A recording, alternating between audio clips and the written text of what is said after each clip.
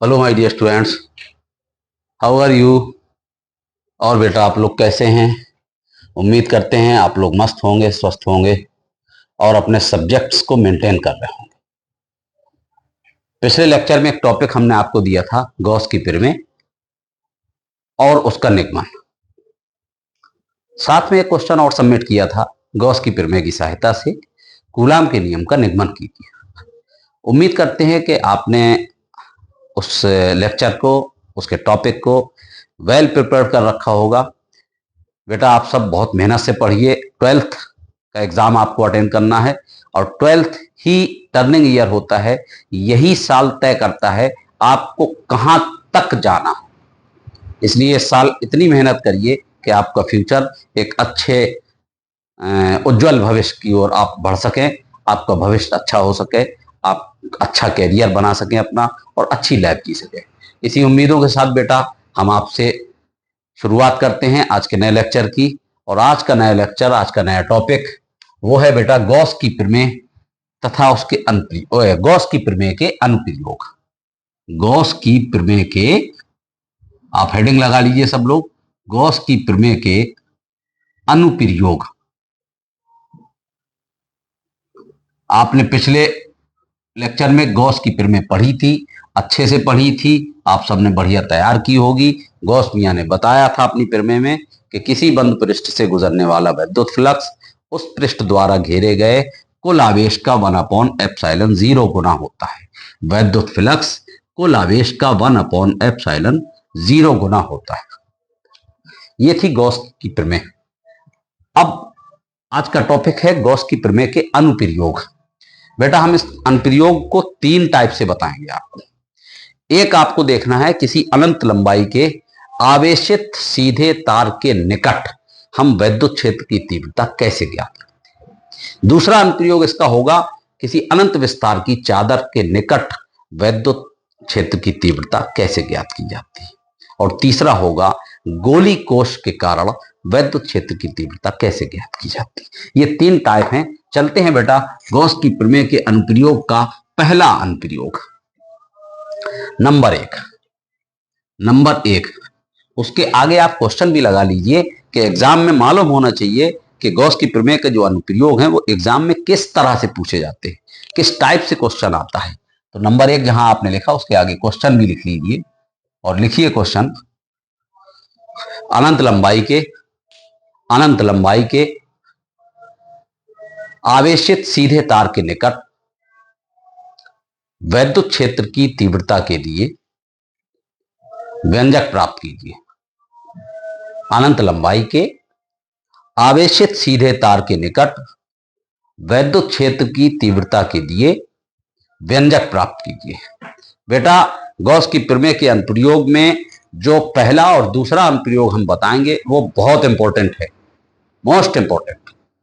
जैसे कि पहला अनुप्रयोग आपने लिखा कि अनंत लंबाई के आवेशित सीधे तार के निकट विद्युत क्षेत्र की तीव्रता के लिए व्यंजक प्राप्त कीजिए। ये बहुत इंपॉर्टेंट है बेटा और बहुत इंटरेस्टेड भी, आपको मजा आ जाएगा पढ़ने में। आप सिर्फ अपना सेंट्रलाइज माइंड रखिए, आप बोर्ड पे देखते रहिए, हमको सुनते रहिए। आपका ये डेरिवेशन अभी हाल ही आज ही कंप्लीट होगा, दोबारा आपको जरूरत ही नहीं रह जाएगी पढ़ने की। लेकिन आप मिसिंग मत करिए, देखिएगा, मेरे एक एक पॉइंट को समझिएगा। उसके आपका क्वेश्चन है अनंत लंबाई के आवेशित सीधे तार के निकट विद्युत क्षेत्र की तीव्रता के लिए व्यंजक प्राप्त कीजिए। आप अपना टारगेट दिमाग में रखिए कि हमें विद्युत क्षेत्र की तीव्रता ई ज्ञात करना है। अनंत लंबाई का एक सीधा आवेशित तार है। चलो बेटा हमने एक अनंत लंबाई का तार लिया। ध्यान देना मेरी बात को, चित्र को बहुत अच्छे से समझना, एक एक चीज को। डायग्राम आप जितना अच्छा, जितना साफ सुथरा और जितना क्लियर समझ लेंगे, बस डेरिवेशन में कुछ भी नहीं रह जाएगा। ये बेटा एक तार है और इसको अगर हम चाहें तो तिरछी हो गई लाइन,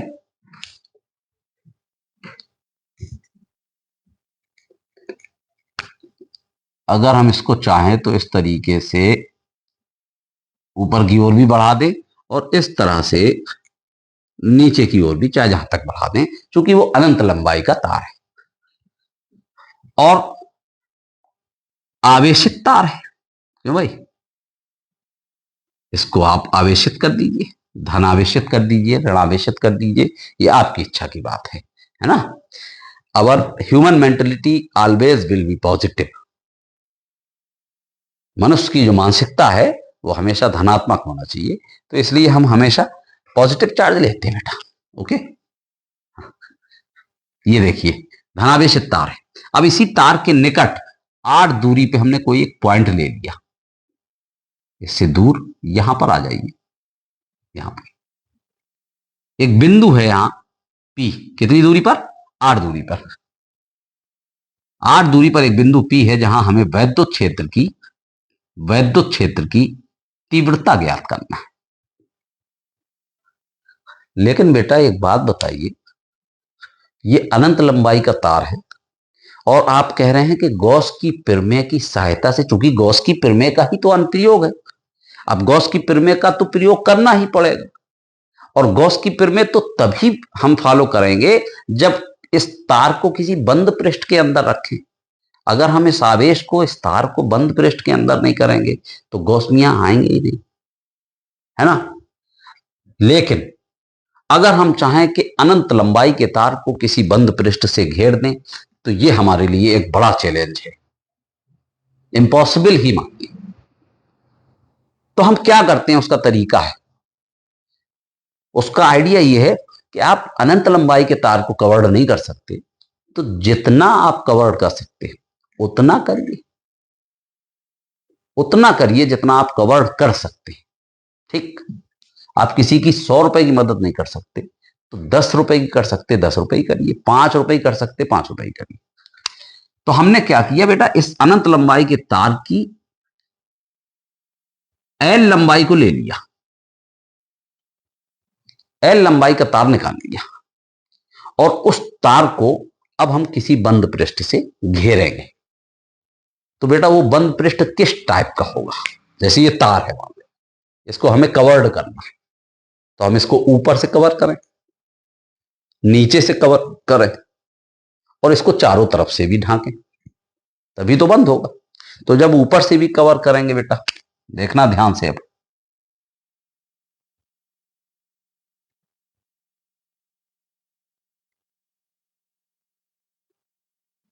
और नीचे से भी कवर करेंगे बेटा,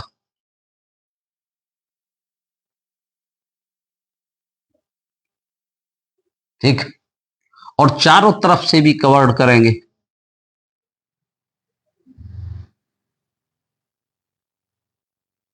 अभी हम इसको हटा दे रहे 1 सेकंड के लिए, छोटा पड़ गया, मिला दो ऐसे। यहां पर एक बिंदु P है जहां हमें वैद्युत क्षेत्र की तीव्रता ज्ञात करना है। देखिए अब तीनों तरह से कवर्ड हो गया, पूरा एल लंबाई का जो तार है उसको हमने किसी बंद पृष्ठ से घेर दिया। आप गौर से देखिए ये बंद पृष्ठ जो है वो किस शेप में है, आप समझ गए होंगे, सिलिंड्रिकल फॉर्म में है, बेलनाकार रूप में। ये बेलनाकार पृष्ठ है, ठीक। चलिए सुनिए, जो आपने डायग्राम में बनाया है यही आपको लिखना है, रटना कुछ भी नहीं। अब इसकी भाषा को लिखें, किस तरह से लिखेंगे सुनिए ध्यान से। पहले माना अनंत लंबाई का एक आवेशित तार जिसके निकट बिंदु P पर वैद्युत क्षेत्र की तीव्रता ज्ञात करना है। यदि इस तार की L लंबाई को किसी बेलनाकार बंद पृष्ठ से घेर दे तब इस बंद पृष्ठ से गुजरने वाला वैद्युत फ्लक्स, फिर से मैं बोल रहा हूं, उसको लैंग्वेज को समझिए, आप लिखिएगा आप सुन के। माना अनंत लंबाई का एक आवेशित सीधा तार जिसके निकट r दूरी पर एक बिंदु P है, कितनी दूरी पर? 8 दूरी पर एक बिंदु P है जहां वैद्युत क्षेत्र की तीव्रता ज्ञात करना है।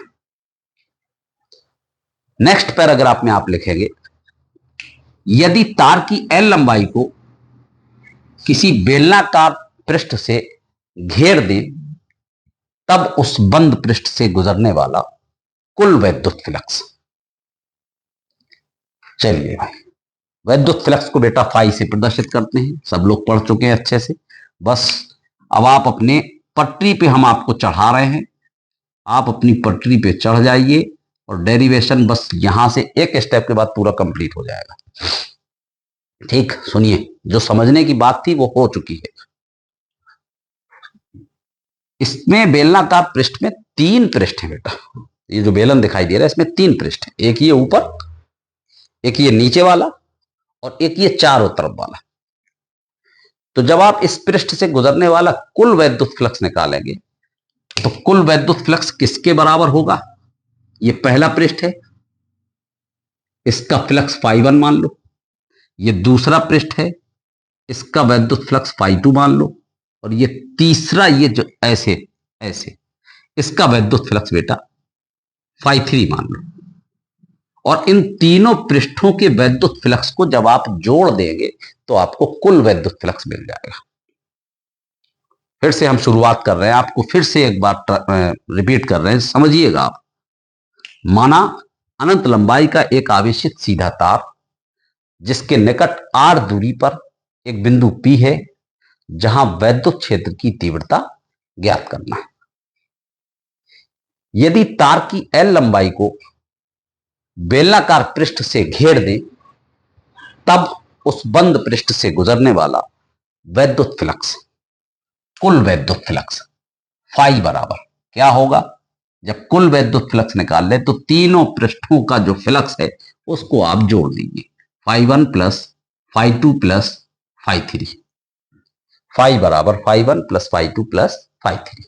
चलिए, फाई बराबर, अब समझने के लिए कुछ भी नहीं रह गया, डेरिवेशन हो चुका। थोड़ा सा आप 2-4 स्टेप देखिए, क्लियर हो जाएगा।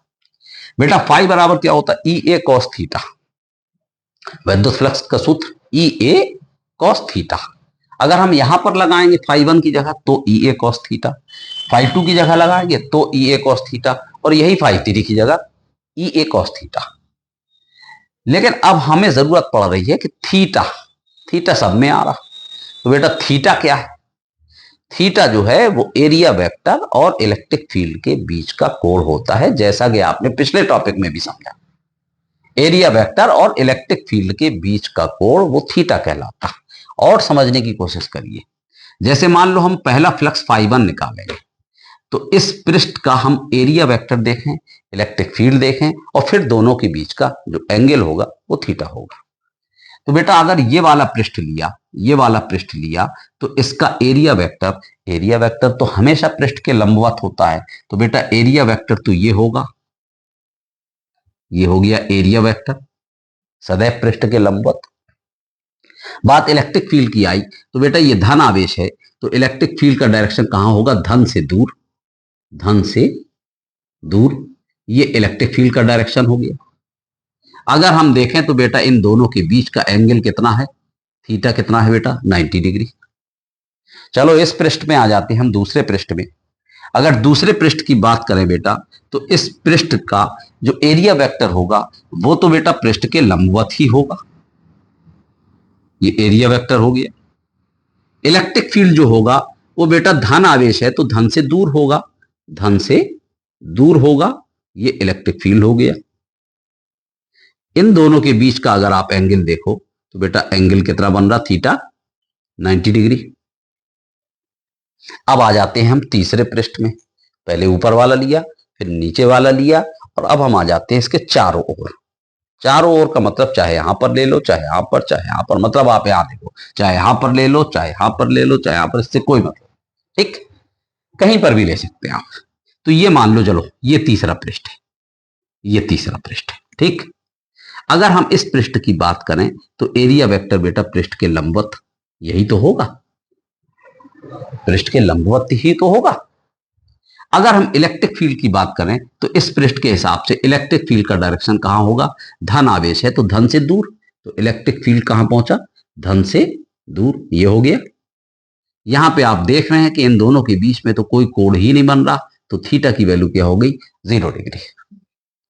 अगर आप इस डायग्राम को पूर्ण रूप से समझ चुके हैं तो आपका डेरिवेशन पूर्ण रूप से कंप्लीट हो चुका है। बस देखिए 2 स्टेप।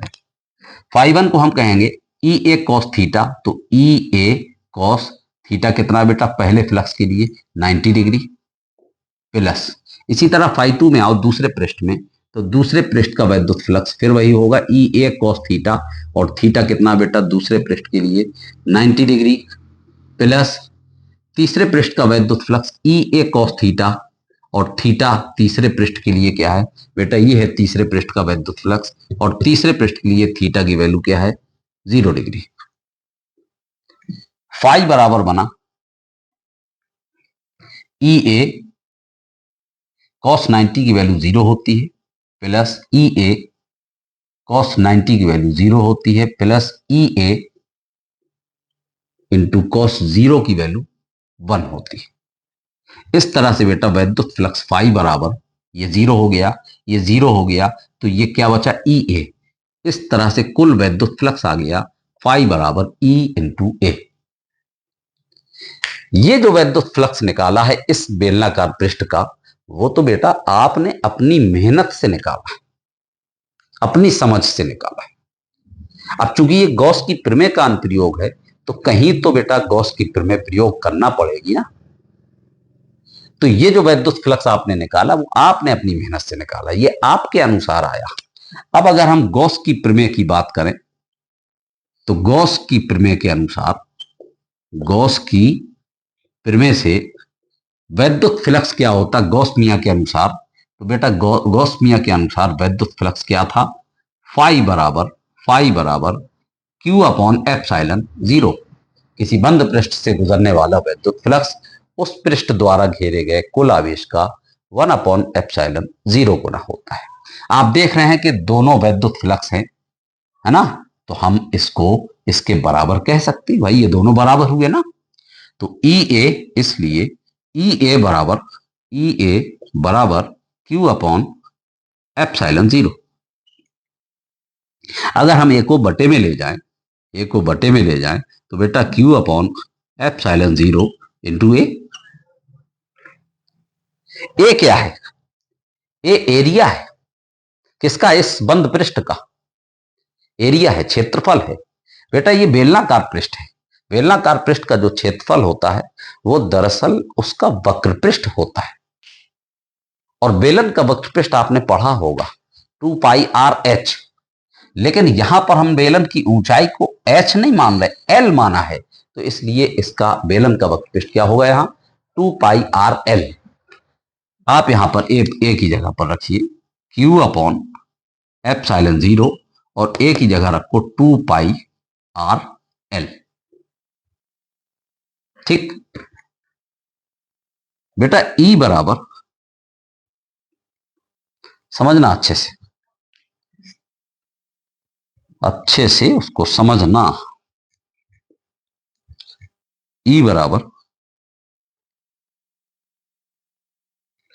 यही सब कुछ लिखना है, लेकिन थोड़ा सा स्टाइल चेंज करना है। लिखना सब कुछ यही है, स्टाइल चेंज होगी, समझना ध्यान से। ऊपर देखो इनटू में 1 मान लो तो 1 अपॉन 2 पाई एप्सिलॉन 0, 2 पाई एप्सिलॉन 0 इनटू क्या बचा बेटा Q upon L, Q upon L। और कुछ बचा, हाँ आपको दिखाई दे रहा और आपकी आवाज भी हमको सुनाई दे रही कि हाँ भाई बटे में अभी R बचा है, तो चलो 1 अपॉन R ऐसे लिख दो। बेटा इसको हम स्पेशल करे दे रहे थोड़ा सा, और Q अपॉन L शायद आप जान चुके होंगे कि Q अपॉन L क्या होता है ना। तो चूंकि आपने पढ़ा है Q अपॉन L क्या होता है, आवेश का रेखी घनत्व जिसको लैम्डा से प्रदर्शित करते हैं, और लैम्डा बराबर आपने क्या पढ़ा Q अपॉन L। अगर हम Q अपॉन L की जगह लैम्डा रख दें तो E बराबर, इसलिए E बराबर क्या हो जाएगा 1 अपॉन 2 पाई एप्सिलॉन 0, 1 अपॉन 2 पाई epsilon 0 into Q upon L की जगह ये आवेश का रेखी घनत्व है, लैम्डा से प्रदर्शित करते हैं, उसकी जगह लैम्डा रख दिया, और बटे में क्या है R अपॉन R। तो इस तरह से ये अनंत लंबाई के आवेशित सीधे तार के निकट वैद्युत क्षेत्र की तीव्रता का व्यंजक आ गया। एक चीज और, अगर आप चाहो तो इसको ऐसे भी लिख सकते हो, कैसे कि E बराबर 1/, हम 2 का गुणा नीचे कर दें तो 2 दूनी 4 पाई एप्सिलॉन 0, और 2 का गुणा ऊपर भी कर दें तो ये हो जाएगा 2 lambda upon upon r, 2 lambda upon r. तो आप इस तरह से भी इस वैद्युत क्षेत्र की तीव्रता को कह सकते हैं, और यही कहना आपके लिए फायदेमंद होगा, क्योंकि इसमें 1/4 पाई एप्सिलॉन 0 आ रहा है, जो आपकी जबान पे रट चुका है, रनिंग में है। इसलिए इस तरह इस सूत्र को आप याद करें, अनंत लंबाई के सीधे तार के निकट वैद्युत क्षेत्र की तीव्रता E बराबर 1/4 pi epsilon 0 into 2 lambda upon r. Okay, note करिए।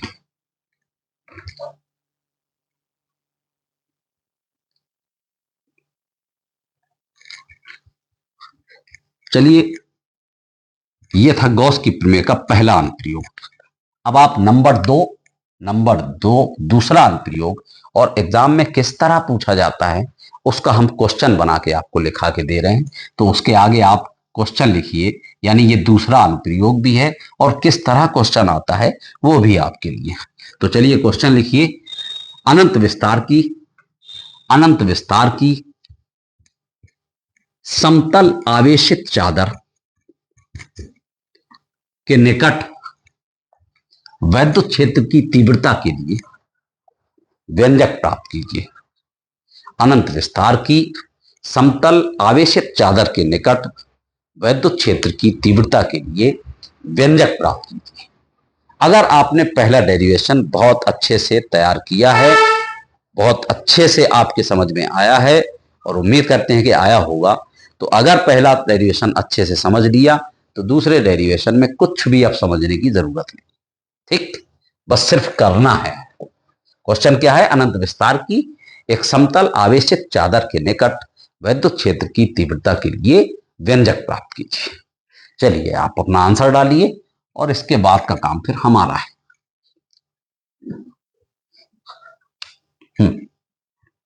बात अब यहां पे अनंत लंबाई के तार की नहीं हो रही है, अनंत विस्तार की चादर की हो रही है। तो बेटा अनंत विस्तार की चादर, चलिए भाई अनंत विस्तार की चादर, चलो चलो चलो चलो चलो चलो चलो, अनंत विस्तार की चादर, क्यों भाई? अनंत विस्तार की चादर फैली फाली बहुत लंबी चौड़ी फैलती चली जा रही है ना, अनंत विस्तार की चादर। इसको बेटा आवेशित कर दीजिए, आप चार्जेबल कर दीजिए।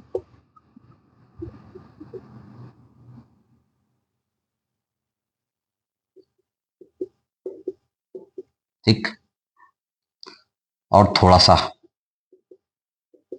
सघन कर दीजिए इसको। ठीक,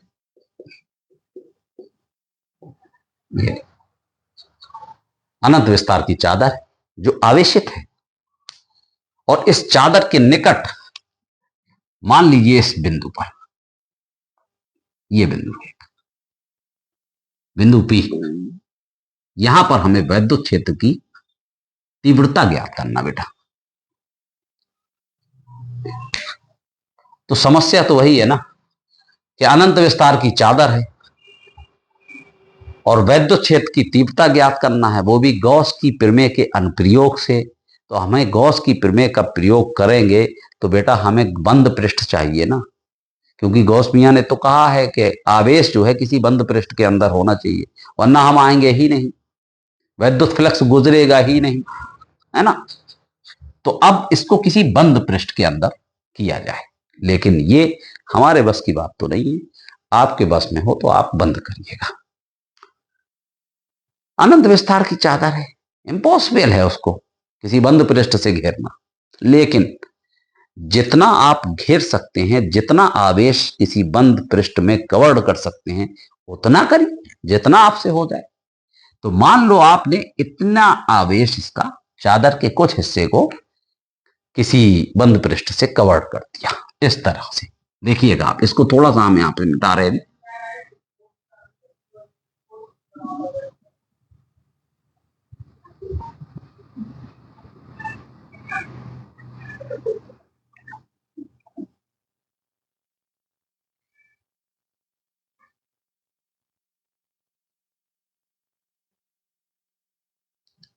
ये देखिए, और इसको भी मिला दीजिए इससे, ये भी, और यहां पे भी आप इस तरह से ऐसे। अब आप समझ गए होंगे बेटा कि ये एक बेलनाकार पृष्ठ है और उससे हमने इस चादर के कुछ हिस्से को कवर्ड कर दिया।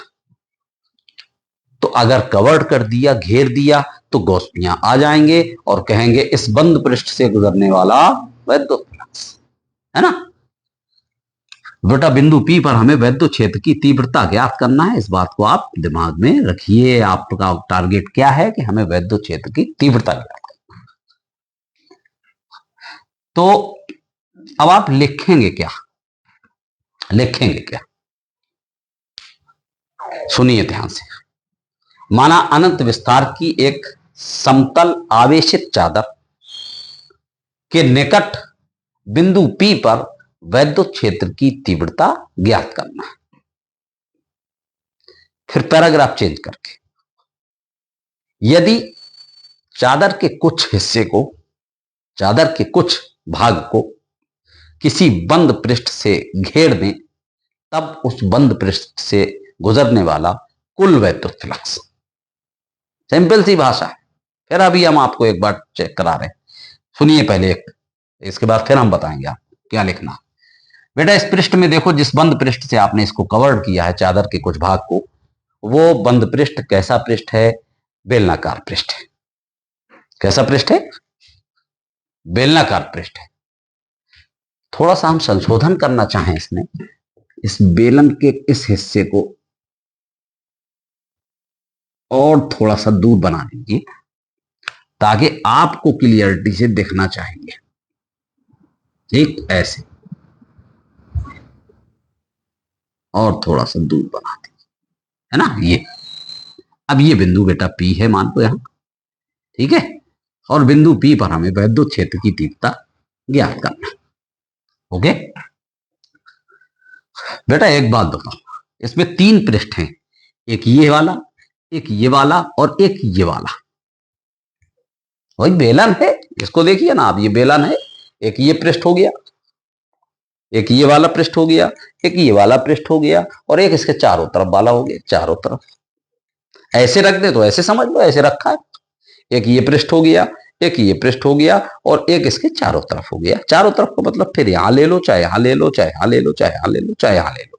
ठीक, तो मान लो ये पृष्ठ पहला पृष्ठ है, ये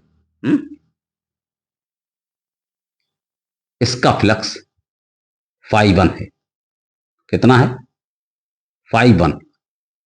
ये दूसरा पृष्ठ मान लो, और इसका फ्लक्स φ2 है। और ये बेटा तीसरा पृष्ठ मान लो, और इसका वैद्युत फ्लक्स मान लो φ3 है। तो अब पूरे पृष्ठ में 3 पृष्ठ हो गए, और तीनों पृष्ठों के फ्लक्सों को आप जोड़ देंगे तो कुल वैद्युत फ्लक्स आ जाएगा। इतनी बात समझ में आ गई होगी। अब आप सिस्टमैटिक तरीके से फिर से हम शुरुआत कर रहे हैं, सुनिएगा क्या लिखना है, क्या करना है। माना अनंत विस्तार की एक समतल आवेशित चादर के निकट बिंदु P पर वैद्युत क्षेत्र की तीव्रता ज्ञात करना है। यदि चादर के कुछ भाग को किसी बंद पृष्ठ द्वारा घेर दें, तब उस बंद पृष्ठ से गुजरने वाला कुल वैद्युत फ्लक्स। इतना लिखने के बाद आप कहेंगे कुल वैद्युत फ्लक्स फाई बराबर, क्या कहेंगे? φ1 प्लस φ2 प्लस φ3, तीनों पृष्ठों के फ्लक्सों के योग के बराबर। चलिए, तो कुल वैद्युत फ्लक्स फाई बराबर, सब फ्लक्सों को तोड़ेंगे आप। फाई बराबर क्या होता है? ई ए कॉस थीटा। यहां पर ई ए कॉस थीटा, यहां पर भी और यहां पर भी। लेकिन अब बात फिर वही आ जाती है कि थीटा हम तीनों में कहां से लाएंगे? पृष्ठों से लाएंगे। थीटा क्या है? Angle between area vector and electric field. Area vector और इलेक्ट्रिक फील्ड के बीच का कोण है। चलो देखते हैं, पहले पृष्ठ में आइए। पहले पृष्ठ में अगर हम एरिया वेक्टर की बात करें तो बेटा एरिया वेक्टर कहां होगा? हमेशा पृष्ठ के लंबवत। तो पृष्ठ के लंबवत ये हो गया एरिया वेक्टर। अगर हम इलेक्ट्रिक फील्ड की बात करें तो बेटा धनावेश से दूर, तो धन से दूर, ये इसका एरिया इलेक्ट्रिक फील्ड हो गया। तो थीटा कितना बन रहा है यहां पे बेटा? थीटा कितना? 0 डिग्री। कोई कोण ही नहीं बन रहा वहां। अगर हम इस पृष्ठ की बात करें तो इस पृष्ठ के लिए बेटा एरिया वेक्टर कहां होगा? पृष्ठ के लंबवत। भाई जब ये पृष्ठ है, पृष्ठ ये है, तो इसका एरिया वेक्टर पृष्ठ के लंबवत ही तो होगा। इलेक्ट्रिक फील्ड की बात करें तो धन आवेश है, तो धन से दूर। सिंपल सी बात, धन से दूर। बोलो बेटा थीटा कितना बना? 0 डिग्री। अगर हम तीसरे पृष्ठ की बात करें तो तीसरा पृष्ठ ये है, तीसरा पृष्ठ ये है, और इस पृष्ठ पे हम अगर कहें, या यहां पे आ जाओ, या यहां पे आ जाओ, या यहां पे कहीं पे भी ले लो, कहीं पे भी, इस पृष्ठ पे अगर हम कहेंगे तो बेटा इसका एरिया वेक्टर कहां है? एरिया वेक्टर तो पृष्ठ के लंबवत ही होगा। और अगर हम इसके इलेक्ट्रिक फील्ड की बात करें तो इलेक्ट्रिक फील्ड बेटा समझना, इसमें कंफ्यूज हो जाते कुछ स्टूडेंट्स। इलेक्ट्रिक फील्ड अगर आप ऐसे करेंगे, मान लो ऐसे करेंगे, तो बेटा अभी आवेश, अब चादर और फैलेगी और ऊपर जाएगी, चादर आवेश और ऊपर जाएगा। तो आप अगर ऐसे करेंगे तो ये तो आप आवेश के साथ साथ चल रहे, आवेश से दूर नहीं जा रहे। जबकि इलेक्ट्रिक फील्ड क्या होता है? धन आवेश से दूर। तो आवेश धन आवेश है तो धन से दूर ऐसे जाओ, तब आप धन आवेश से दूर होगे।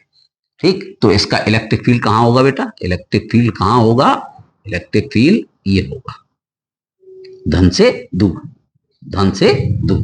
तो बेटा थीटा कितना बना? 90 डिग्री। क्लियर? Diagram clear? सब कुछ क्लियर हो गया, डेरिवेशन बस। तो कुल वैद्युत फ्लक्स φ1 की जगह आप क्या लिखेंगे? ई ए कॉस थीटा। और थीटा कितना है बेटा? पहले पृष्ठ में जब पहुंचो, पहले पृष्ठ में थीटा कितना है? 0 कॉस 0, प्लस φ2 की जगह फिर वही ई ए कॉस थीटा, ई ए कॉस थीटा। तो बेटा दूसरा पृष्ठ ये है, और दूसरे पृष्ठ का वैद्युत फ्लक्स, उसमें थीटा कितना है? 0 डिग्री, प्लस तीसरे पृष्ठ में आओ, तीसरे पृष्ठ का वैद्युत फ्लक्स ई ए कॉस थीटा। तो बेटा φ3 कहाँ है? ये तीसरा पृष्ठ, और तीसरे पृष्ठ में थीटा कितना है? 90 डिग्री। अगर आपको याद हो कि जब तार वाला हमने डेरिवेशन कराया तो उसमें आया था आपका 90 90 0, और इसमें क्या आया? 0 0 90। ये इस तरह भी दिमाग में रखो कि अगर कभी इस तरह से ना आए तो समझ जाओ कि कहीं हम मिसिंग कर रहे हैं।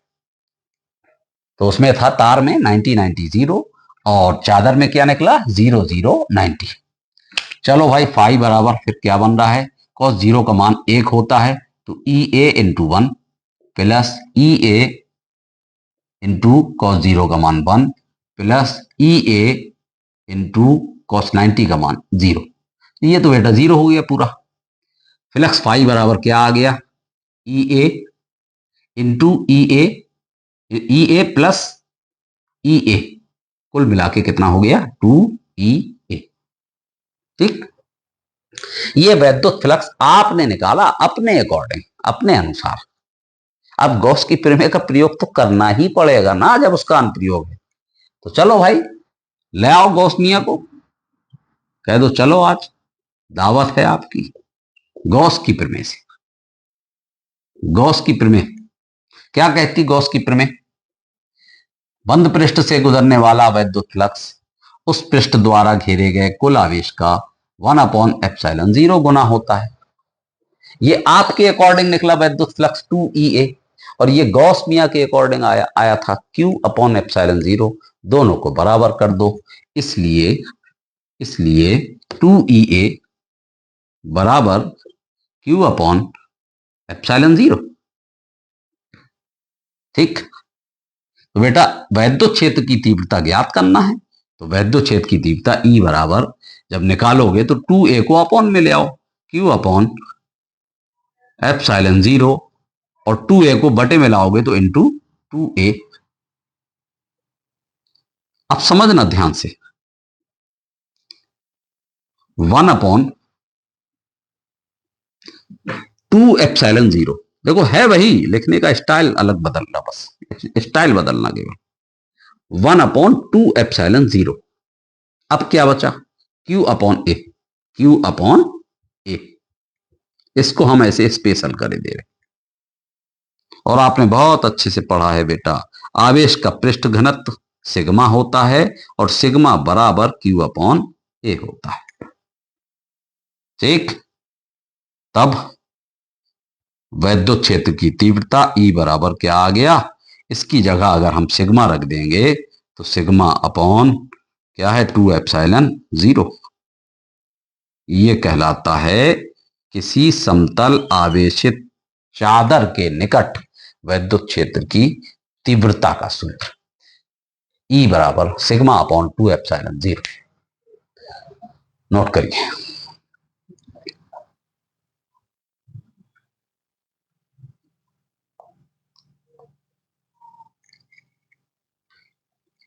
चलिए,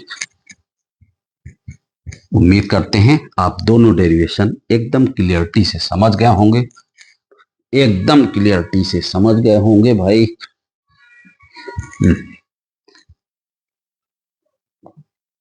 इसी से रिलेटेड हम आपको कुछ प्रैक्टिस कराना चाह रहे हैं।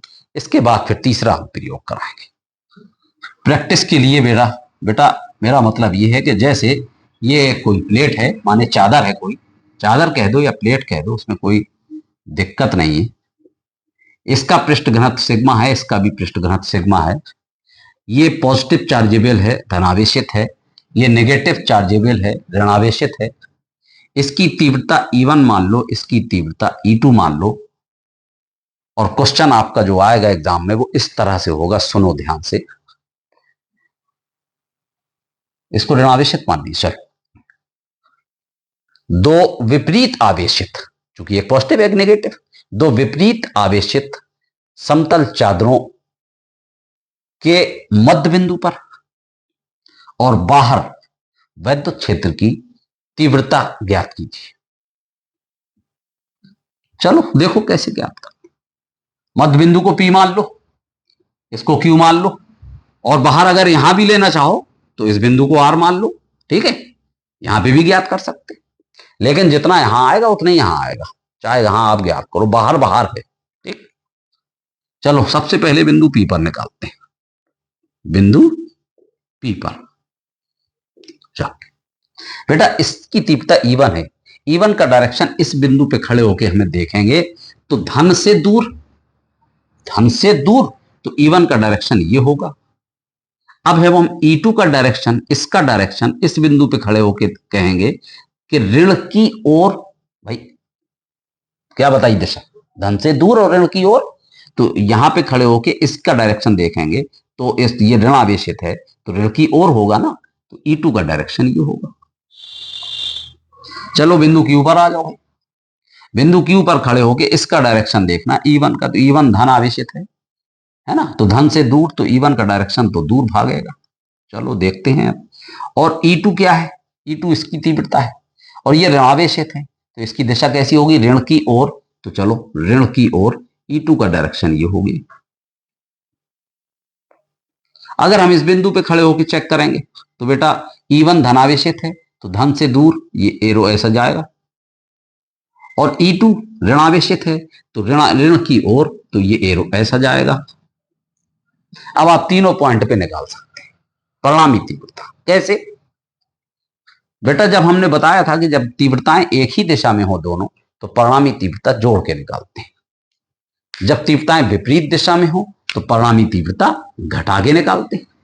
तो अगर बिंदु P पर निकालेंगे परिणामी तीव्रता, तो बेटा E बराबर क्या होगा? एक ही दिशा में है तो E बराबर होगा E1 प्लस E2। अच्छा, तीव्रता का सूत्र किसी चादर के लिए, किसी प्लेट के लिए अभी हाल सिद्ध करा के गए कि तीव्रता का सूत्र क्या होता? Sigma upon 2 epsilon zero. तो दूसरी पृष्ठ की तीव्रता, उसका भी पृष्ठ घनत्व तो सिग्मा है, दोनों के पृष्ठ घनत्व सिग्मा है, तो इसकी तीव्रता भी सिग्मा अपॉन 2 एप्सिलॉन जीरो। दोनों को जोड़ दिया तो 2 सिग्मा अपॉन 2 एप्सिलॉन जीरो, और 2 से 2 कैंसिल हो गया, तो ये आ गया सिग्मा अपॉन एप्सिलॉन जीरो। ये होती है वैद्युत क्षेत्र की तीव्रता बिंदु P पर। लेकिन अगर इसी चीज को हम बिंदु क्यू पर निकालें, बिंदु क्यू पर निकालें, तो बेटा बिंदु क्यू पर देख रहे हैं आप कि दोनों तीव्रताओं की दिशा विपरीत है। जब हम परिणामी तीव्रता निकालेंगे तो कैसे निकालेंगे, घटा के निकालेंगे, E1 माइनस E2। अब आप ये ना कहना कि किससे किसको घटाना, ये तो क्लियर नहीं है। बेटा क्लियर है, आवेश का पृष्ठ घनत्व समान है, इसलिए ये क्लियर है कि हम किसी से किसी को भी घटा लें, क्योंकि तीव्रता का सूत्र सिग्मा अपॉन एप्सिलॉन जीरो होता है। सिग्मा भी दोनों के लिए बराबर है और एप्सिलॉन जीरो तो वैसे भी कांस्टेंट वैल्यू, तो वो भी बराबर है। जब दोनों बराबर हैं तो फिर हम चाहे इसके लिए निकालें और चाहे इसके लिए निकालें, दोनों के लिए बराबर आएगा। अब आप ये कहोगे कि जब दोनों तीव्रताएं बराबर होंगी और जब आप घटाओगे तो जीरो नहीं हो जाएगा, तो बिल्कुल जीरो तो हो ही जाएगा, देख लो ना, अभी दिखा रहे हैं। E1 सूत्र लगाएंगे आप sigma upon 2 epsilon zero minus E2 का मान सिग्मा अपॉन 2 एप्सिलॉन जीरो, और दोनों ये कैंसिल हो गए बेटा, तो परिणामी तीव्रता बिंदु Q पर कितनी आ गई, जीरो आ गई। अब इसी तरह से एक दूसरा क्वेश्चन आ जाता है, थोड़ा सा इसमें बस चेंज कर रहे हैं हम एक शब्द को। मान लो ये एक धनावेशित है, ये ऋणावेशित है। हम ऐसा भी कह सकते हैं, क्वेश्चन ऐसा भी आ सकता है कि अनंत विस्तार की दो धनावेशित, ऐसा इस तरह से आएगा, समान पृष्ठ घनत्व वाली दो धनावेशित प्लेटों के बीच और उनके बाहर विद्युत क्षेत्र की तीव्रता प्राप्त कीजिए। ऐसा भी हो सकता है क्वेश्चन। तो दोनों धनावेशित हो सकती हैं, दोनों ऋणावेशित हो सकती हैं, एक धनावेशित और एक ऋणावेशित ऐसी भी हो सकती है। एक क्वेश्चन हमने आपको कराया, बाकी की प्रैक्टिस आप सेल्फ से करें उल्टा सीधा करके। कभी दोनों ऋणावेशित ले लें, कभी दोनों धनावेशित ले लें, इस तरीके से आप प्रैक्टिस करेंगे घर पे। इसको आप नोट कर दीजिए।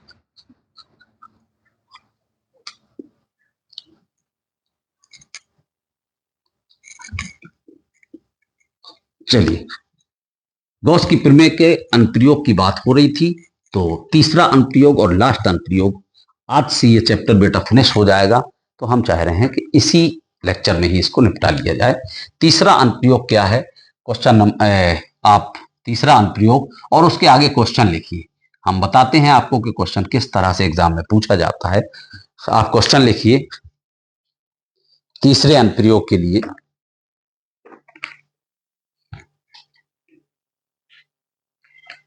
तीसरा अनुप्रयोग हमने बताया आपको कि किसी गोली कोश के लिए होता है बेटा।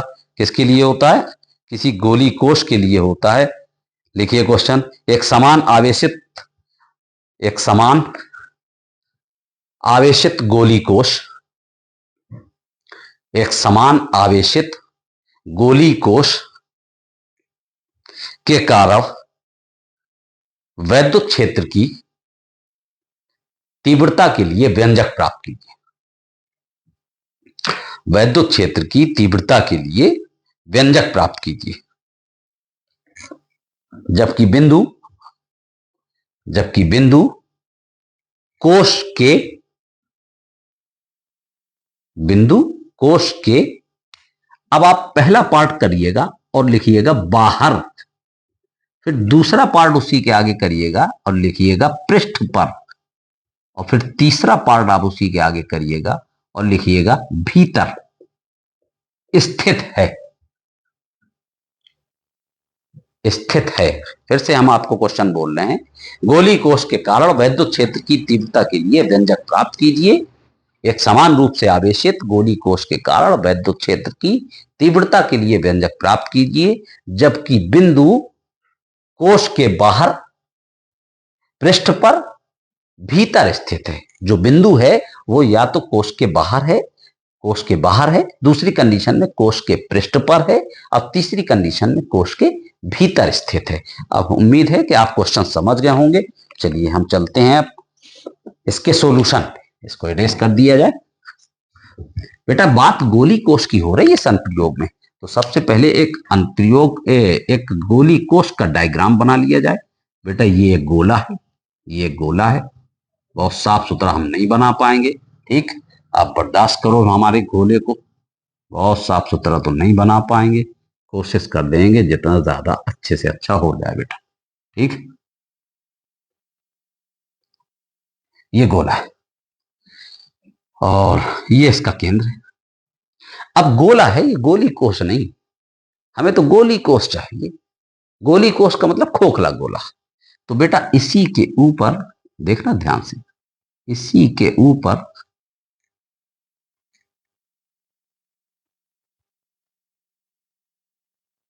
ठीक इस तरीके का ये एक और पृष्ठ बना दिया। अब ये बेटा गोली कोष हो गया, यानी खोखला गोला। वो कैसे कि ये पूरा बॉर्डर हो गया, ये पूरा बॉर्डर हो गया और ये उसका खोखला हो गया।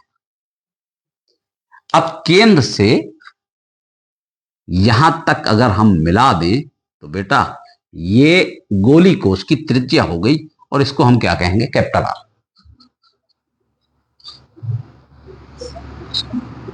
ये जो गोली कोष है इसको जब हम क्यू आवेश देते हैं तो वो पूरा क्यू आवेश इसके बाहरी पृष्ठ पर बेटा समान रूप से फैल जाता है, समान रूप से फैल जाता है। इस गोली कोष से आर दूरी पर, कितनी दूरी पर, आर दूरी पर एक बिंदु P है, कोई बिंदु P, जहां हमें वैद्युत क्षेत्र की तीव्रता ज्ञात करना है। अब आप सुनिए कि क्या लिखना है, अपनी लैंग्वेज में आप क्या लिखेंगे। आंसर डाल दिया आपने, आंसर के बाद अब इसकी लैंग्वेज में आप क्या लिखेंगे उसको सुनिए। माना आर त्रिज्या का, देखो यहां से यहां तक आर त्रिज्या है, माना आर त्रिज्या का, इशारे को समझना मेरे, माना आर त्रिज्या का एक गोली कोष जिस पर क्यू आवेश, जिसके बाहरी पृष्ठ पर क्यू आवेश समान रूप से वितरित हो जाता है। माना आर त्रिज्या का एक गोली कोष जिसके बाहरी पृष्ठ पर आवेश क्यू एक समान रूप से वितरित है। इसके केंद्र से आर दूरी पर स्थित बिंदु P पर वैद्युत क्षेत्र की तीव्रता ज्ञात करना है। लेकिन बात तो फिर वही आ गई कि बेटा वैद्युत क्षेत्र की तीव्रता आप निकाल रहे हो, और वैद्युत क्षेत्र की तीव्रता जब आप निकालोगे तो हमें वैद्युत फ्लक्स की जरूरत होगी, और वैद्युत फ्लक्स निकालने के लिए गॉस की प्रमेय लगाना पड़ेगी। गॉस की प्रमेय का अनुप्रयोग आप कर रहे हैं तो वो तो बेटा किसी बंद पृष्ठ के लिए होता है। आप देख रहे हैं कि यह आवेश जो है वो तो बेटा आवारा घूम रहा है पृष्ठ के बाहर, किसी पृष्ठ से बंद नहीं किया अभी तक उसको, ठीक। और जब तक आप इसको आवेश को किसी पृष्ठ से घेरेंगे नहीं तो वैद्युत फ्लक्स नहीं गुजरेगा, गॉसियन नहीं आएंगे। तो हम क्या करें कि बेटा इस आवेश को पहले किसी बंद पृष्ठ के द्वारा घेर दें,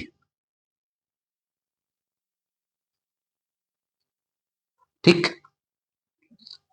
घेर दिया। अब वैद्युत फ्लक्स गुजरे, गॉसियन आए। डायग्राम क्लियर हो गया। बहुत सुकून से आप फाइनली फिर सुनिए कहां से स्टार्टिंग करना है व्यंजक की डेरिवेशन की। माना आर त्रिज्या का एक गोली कोष जिसके बाहरी पृष्ठ पर आवेश Q एक समान रूप से वितरित है। इसके केंद्र से आर दूरी पर स्थित बिंदु P पर वैद्युत क्षेत्र की तीव्रता ज्ञात करना है।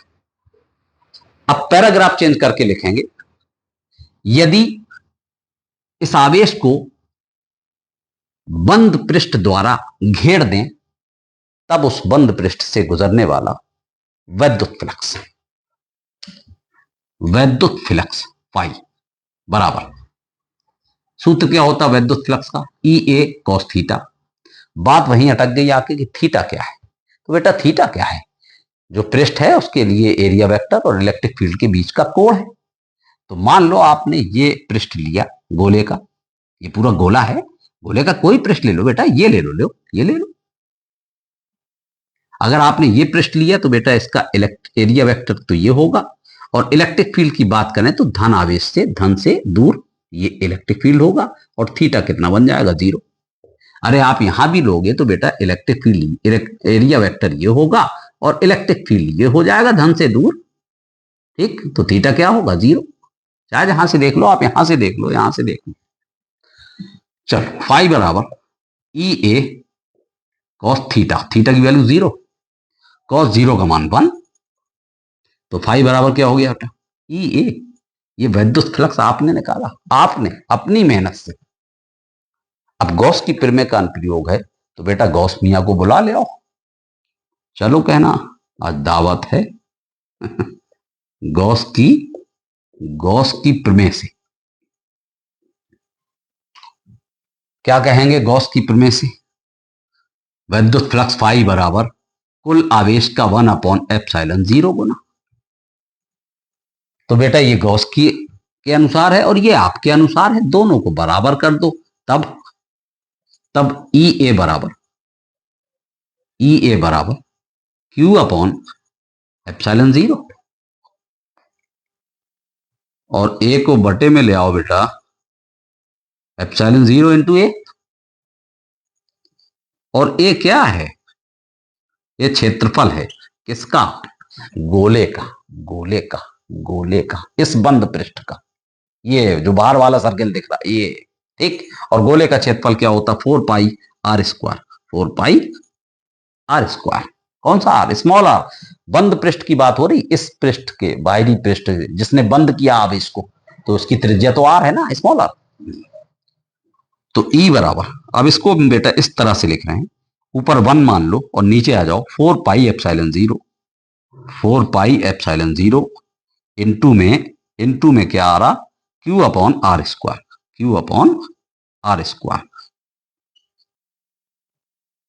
ये आ गया बेटा क्या?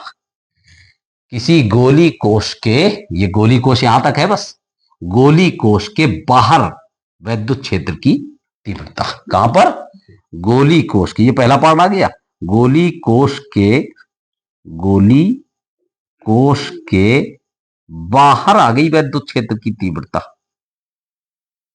ठीक है।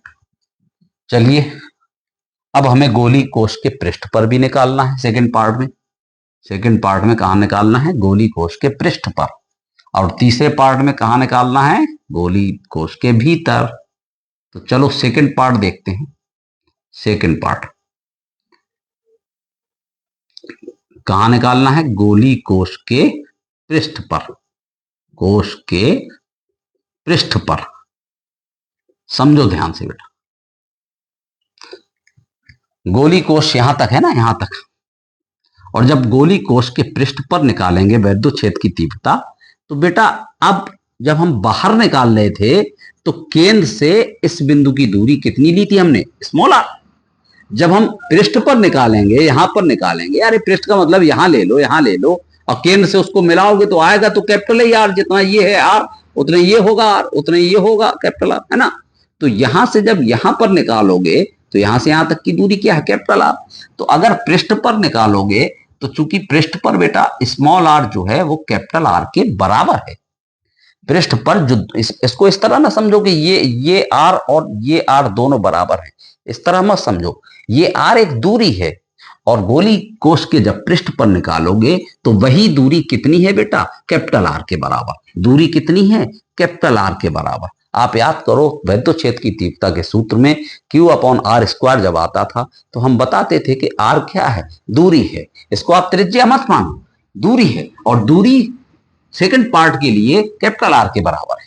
तो बेटा आर की जगह कैपिटल आर रख दो। तो ई बराबर क्या होगा? इसलिए ई बराबर होगा 1/4πε0 इंटू Q/R²। ये आ गया गोली कोश के पृष्ठ पर विद्युत क्षेत्र की तीव्रता। अब बात कर लेते हैं हम तीसरे पार्ट की। तो तीसरा पार्ट बेटा क्या कह रहा था? गोली कोश के भीतर, गोली कोश के भीतर विद्युत क्षेत्र की तीव्रता क्या होगी, है ना। चलो देखते हैं। गोली कोश के भीतर, बेटा कोश यहीं तक तो है गोली कोश, और कोश के भीतर देखो जितना भी आपको पॉजिटिव चार्ज दिख रहा है वो गोली कोश के बाहर दिख रहा, और गोली कोश के अंदर तो कोई चार्ज नहीं है। अगर हम गोली कोश के भीतर निकालेंगे तो बेटा वहां पर आवेश तो शून्य है, कोई आवेश ही नहीं। और जब आवेश शून्य है तो तीव्रता का सूत्र होता है 1/4πε0 Q/r²। और Q की जगह हम 0 रख देंगे तो E बराबर भी 0 हो जाएगा। तो बेटा गोली कोष के भीतर चूंकि आवेश शून्य है, इसलिए वैद्युत क्षेत्र की तीव्रता E बराबर शून्य होगा। दैट्स ऑल, ये फिनिश हो गया। नोट करिए इसको।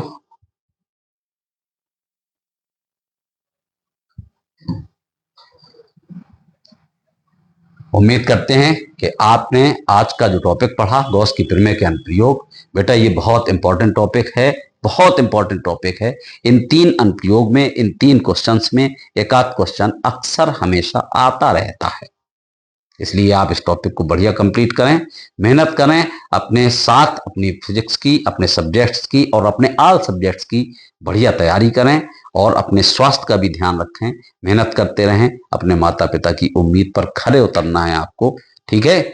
बस बेटा जिस हिसाब से हम आपके साथ मेहनत कर रहे हैं उसी हिसाब से आप भी मेहनत करिए। और आपको एक मेहनत और करना है कि ज्यादा से ज्यादा बेटा चैनल को शेयर करिए, सब्सक्राइब करिए, लाइक करिए और कमेंट भी करके बताया करिए कि आपको पढ़ने में कैसा लग रहा है। ठीक ठीक है, मेहनत करिए, आप लोग पढ़िए, तैयारी करिए। और जब तक के लिए बेटा नया लेक्चर लेके आते हैं, उसके लिए आज तक जो कराया आज उसको मेंटेन करिए, और जब नया लेक्चर लेके आएंगे तब फिर मिलते हैं। तब तक के लिए बाय।